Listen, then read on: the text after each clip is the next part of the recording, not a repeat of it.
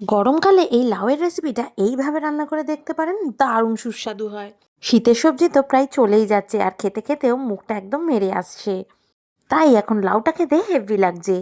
প্রথমে লাউটাকে খোসা ছাড়িয়ে আলু ভাজার মতো ঝিরিঝিরি করে কেটে নিয়েছি। আর প্রথমেই শুকনো কড়াইতে সোনা মুগ ডালটাকে কিছুক্ষণ ভেজে নিয়েছি, হালকা লালচে রং ধরিয়ে তুলে নিলাম। এবার ঝিরিঝিরি করে কেটে নেওয়া লাউ আর মুগ ডালটাকে একসাথেই সেদ্ধ বসিয়ে দিলাম জলে। সময়টা কিন্তু অনেকটাই বেঁচে গেল। আর স্বাদ মতো নুন দিতে কিন্তু সেদ্ধ হওয়ার সময় একদম ভুলবেন না। বেশিক্ষণ টাইম কিন্তু একদমই লাগবে না, মাত্র 10 মিনিট। 10 মিনিট বাদে দেখলাম লাউয়ের জলেই একদম ডাল সেদ্ধ হয়ে গেছে। এবার বাড়িতে যা যা মশলা আছে সব দিয়ে দিন। হলুদ, শুকনো লঙ্কা, ধনে, জিরে সবটাই দিয়ে ভালো করে কষিয়ে নিন। এদিকে ফোড়নটা রেডি করে নিন। ফোড়নে দুটো শুকনো লঙ্কা, সাদা জিরে আর একটা তেজপাতা ভালো করে 6 সেকেন্ড ভেজে নিয়ে দিয়ে দিলাম লাউয়ের মধ্যে। এবার কিছুক্ষণ নাড়িয়ে চাড়িয়ে এক্সেস জলটা টানিয়ে নিয়ে উপর থেকে গরম মশলা গুঁড়ো আর 1 চামচ ঘি দিয়ে মিক্স করে নামিয়ে নিন আর গরম গরম ভাতের সাথে সার্ভ করুন। ওহ, এখনই তো মন প্রাণ জুড়িয়ে যাচ্ছে। তাহলে বেশি গরম পড়লে কি হবে?